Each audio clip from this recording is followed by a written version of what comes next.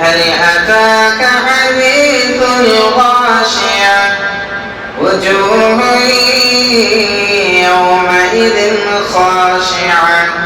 عاملة ناصبة تصلى نارا حامية تسقى من عين آنية ليس لهم طعام إلا من ضريع لا يسمن ولا يغني من جوع وجوه يومئذ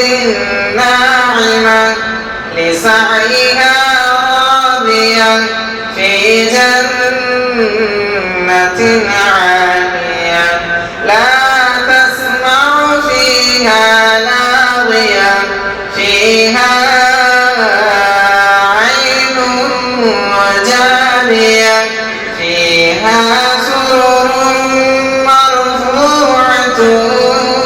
وأكواب موضوعة ونمارق مصفوفة وزرابي مبثوثة أفلا ينظرون إلى الإبل كيف خلقت وإلى السماء كيف رفعت وإلى الجبال كيف نصبت وإلى الأرض كيف سطحت فذكر إن